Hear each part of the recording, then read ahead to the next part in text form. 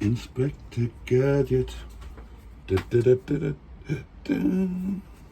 Where's the doings? Inspector Gadget.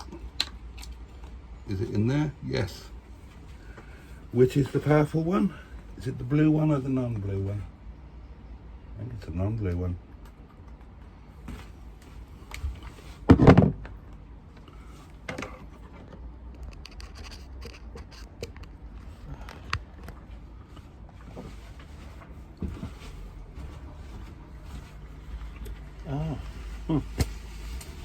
Yes. Right. Quick wee.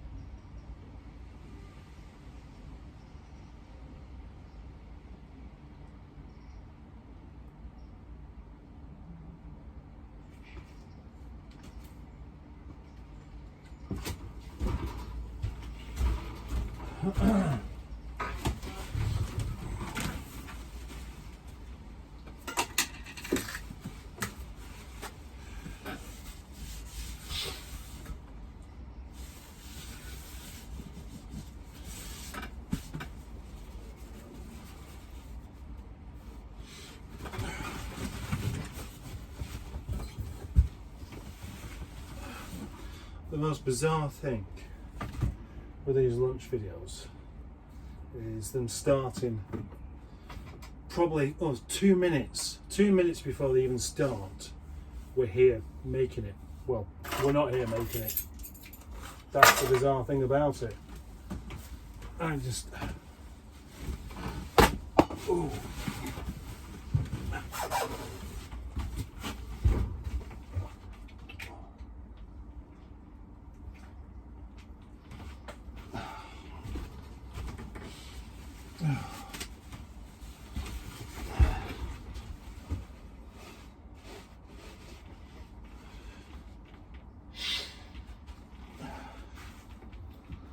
Nope, that doesn't work.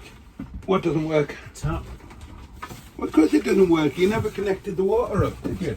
No, I didn't. You're a tumchi. Why have you set it recording 3 minutes before we even start? Well, so I didn't miss anything. I've recorded some stuff just because you weren't here. I can do it on my own. I am a grown-up. You've left all this mess from last time. Gonna fall out with you. Well, hurry up and do it, will you? Right, I have a question. Why is the back seat down on Brian Johnston? Because I climbed in today. You dozy twat. Why? Why did you climb in? To get inside it, so I could release the bonnet. Because the battery was flat? Yeah. Right. Okay. So why did you climb in? Because obviously the fob doesn't work, does it? No, it doesn't. No. The fob doesn't work anyway, does it? That's why we fitted the manual release. Yeah. So why did you climb in? Why didn't you just pull the manual release? Which manual release? You dozy fucker. It's one thing not remembering what I've said to you, but we did this together, you dozy twat.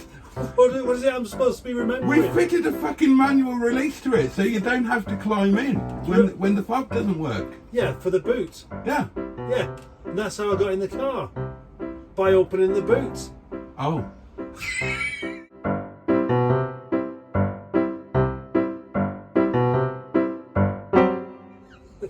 Oh, okay. Oh, that makes sense. We should have got some pain relief. If I had my normal bag with me, I always carry pain relief with me, my everyday bag, but I brought my European bag for a change. So I brought my iPad. So I thought, if it's going to be really, really rainy, if I bring my iPad, we can actually do some work here in the caravan. Salad. Okay. Salad. Huh? Are these from last week? They must be, mustn't they? Must be. Right. We need a rubbish bag. Well, there's one there. Right with it. Oh, it's all over the floor. This is my home, and look at this. It's not your home. If it was your home, you'd be here more often instead of if it just been me. Chili sauce, more chili sauce. Thank you. What's this? Is that your chili sauce? Yeah. Right, so this is mine. This is all mine. It's all mine! I didn't get a spoon. I can't help you today. I didn't bring my eating kit either. Why did you put 2 plastic forks in? You don't eat runny curry with a plastic fork. But I'm not going to. Why is it wrapped up as well? I brought the posh ones today. Look at that. Look at that. Arthur Price International. Thank you very much. Gosh, that is swimming. Oh, God. You know what I'm going to do though? I'm going to use. You're going to just drink the grease off it. I'm just going to use the spoons provided. Oh. The big bready spoon.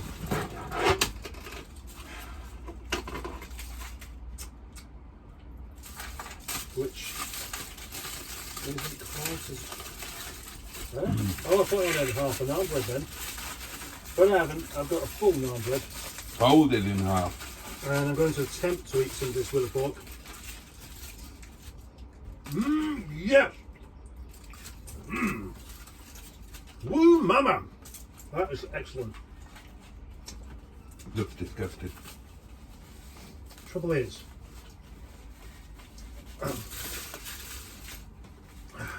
That is a seriously miserable salad. just why you got 2 then, isn't it? So, I have chickpea curry, naan bread, and no salad. That's fine, because I've got an extra pot of sauce and 4 samosas. Oh my God.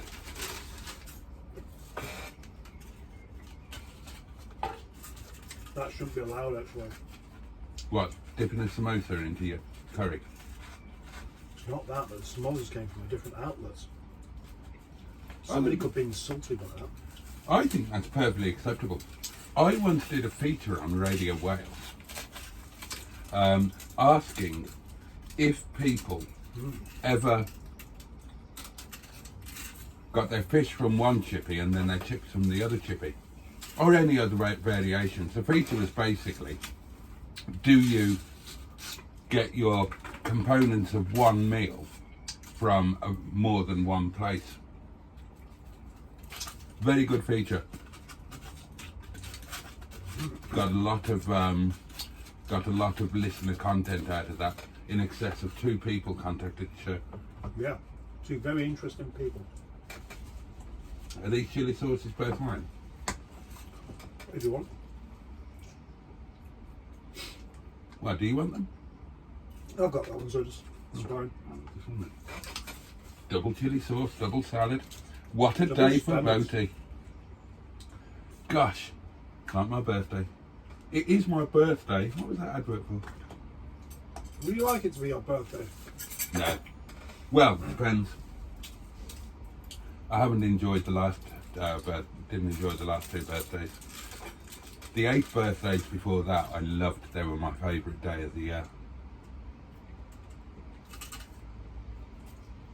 But then the pandemic screwed that up for me royally.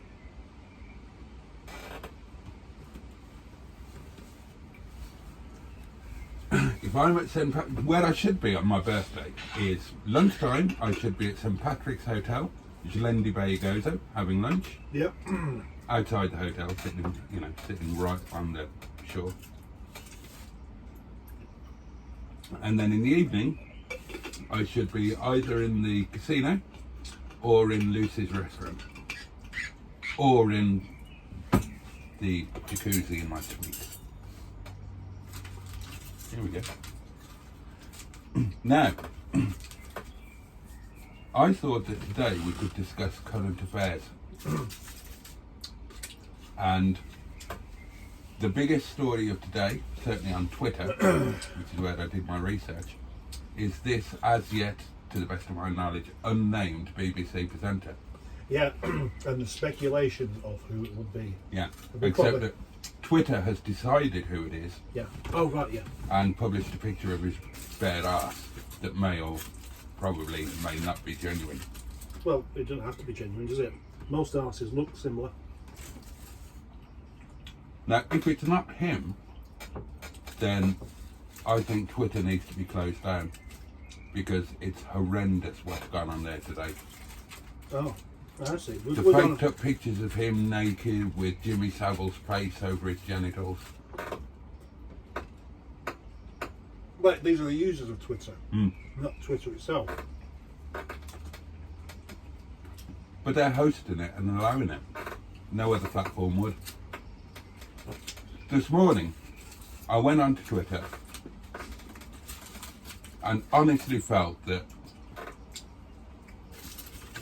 this is such a toxic, disgusting platform now that, not that I'm on it much, but I should leave it and it should be closed down and threads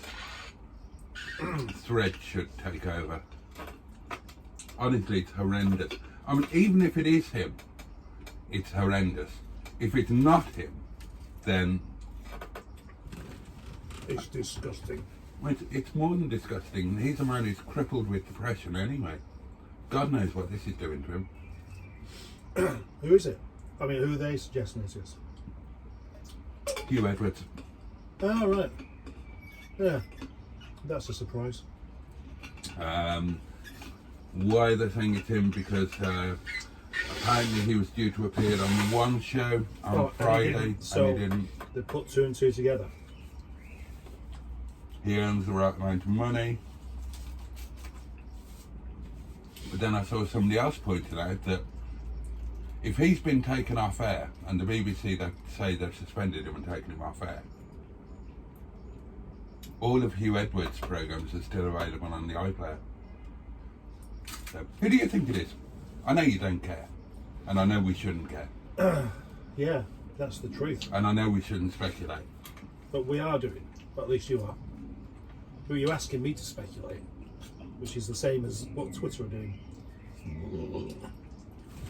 Cooper came up with an interesting theory. Cooper came up with the theory that the guy was, whoever it turns out to be, was kind of, whatever the word is these days, not groomed, but basically like manoeuvred into talking to this person, getting the photos and then blackmailed. And after 3 years he's finally had enough and he said, I'm not paying you anymore. Yeah. And that's why they've suddenly gone to the BBC. And I thought that was interesting. That hadn't occurred to me. What's do you not think blackmail is just as serious a crime? Well, not maybe. Blackmail's a very serious crime, I reckon. Mm-hmm. So, if you was blackmailing someone, and then after a while of them giving you money for something, they stopped because they thought it was not fair, or couldn't afford it, or what have you, would you then feel justified in going to the newspaper about it? I can't see that being the case.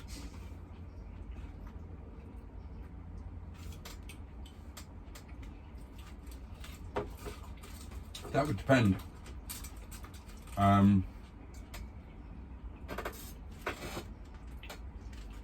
If I was blackmailing more than one person, then yeah, I absolutely would. To show the others what would happen if they don't pay. Right. If you didn't, then everybody else that you were blackmailing would just also stop paying.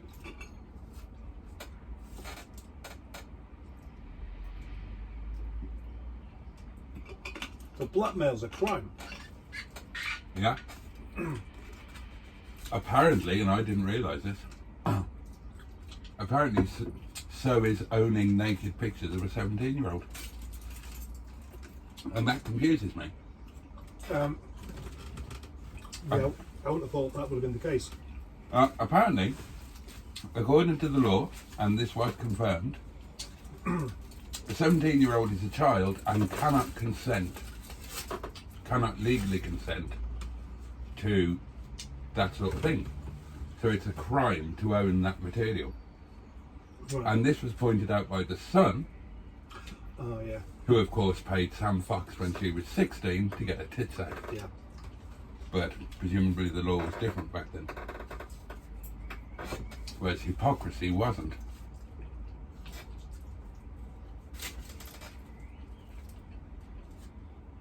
Mm. I always thought that was a really weird one anyway. I mean, at the time I didn't too much, but because obviously, how old is Sam Fox now? She's older than us, isn't she? Yeah. Yeah, so as you're looking back,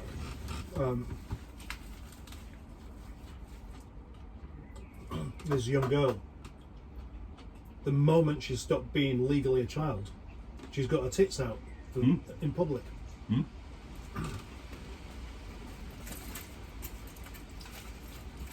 Now you could argue that the son groomed her. Yeah, well, I reckon you should.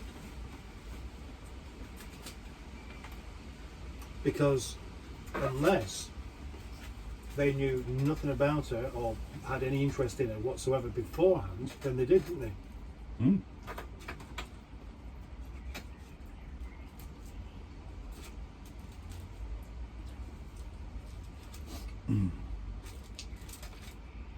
And another thing that's just occurred to me, if you take out of the equation the 17, Yeah. so you've got a lady or man, we don't know which, Okay. exchanging explicit images for money, and everybody's going absolutely mad, and yet these are the same people who've probably got OnlyFans accounts. What's the difference between that and Ebony Bridges or anybody else going on OnlyFans and doing exactly the same? The difference is, I suppose, that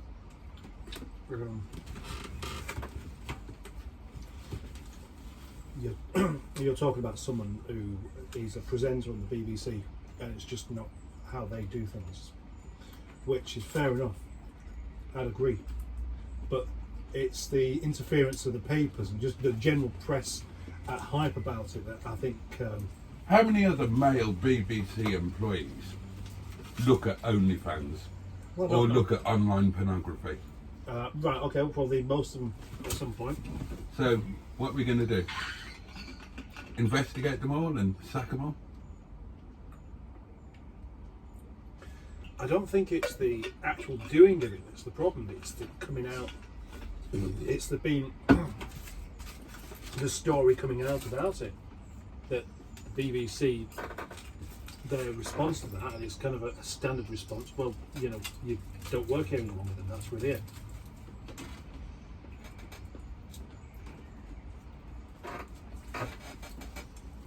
The BBC has an image to uphold, doesn't it? Allegedly. Well, I mean, do they still hold that image after the Savile thing?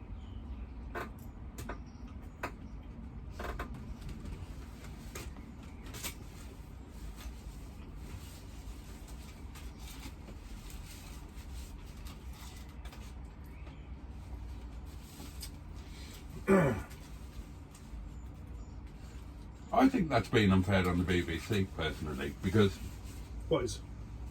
the whole standard of their presenter thing. The BBC is an employer, and if you employ people, people are people. And if you employ a certain type of people, which the BBC has to do, you're employing people who've got much greater than average access to that sort of thing. I mean, if you shove, certainly back in the 70s or 80s, which is when a lot of these things date back to, if you shove a 30-year-old guy, red-blooded male, into a top-of-the-pops environment with a load of beautiful 15-year-olds literally chucking themselves at him, of course he's going to fill his fucking boots. Who wouldn't? And it was acceptable back then. It's just that 20 or 30 years on, they're going to prison for it.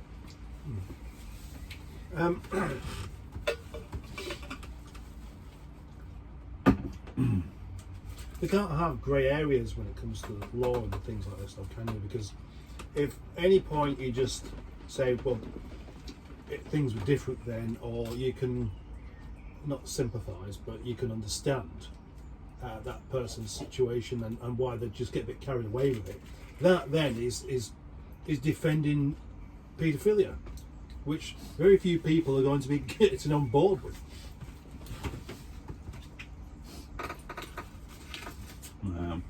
Maybe there should just be a statute of limitations on it.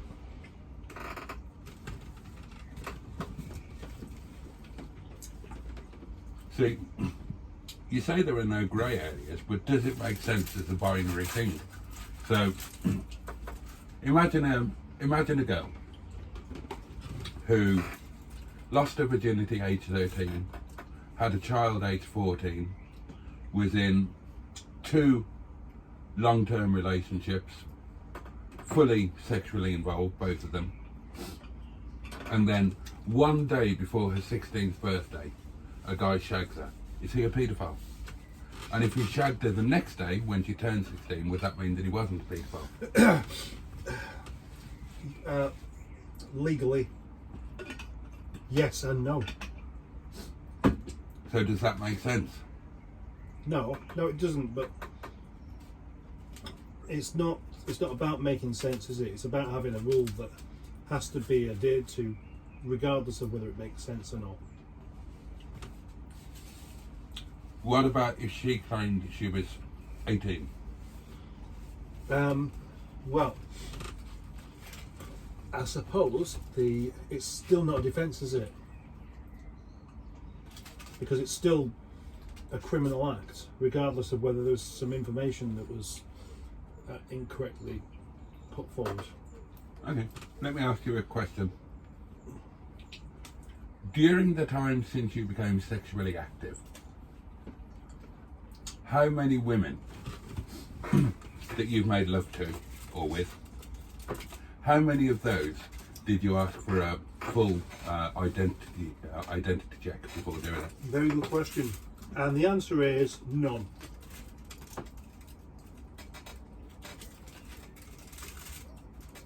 Have you ever done that? No.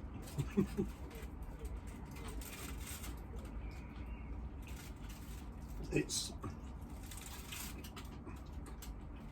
where many men got unstuck, isn't it?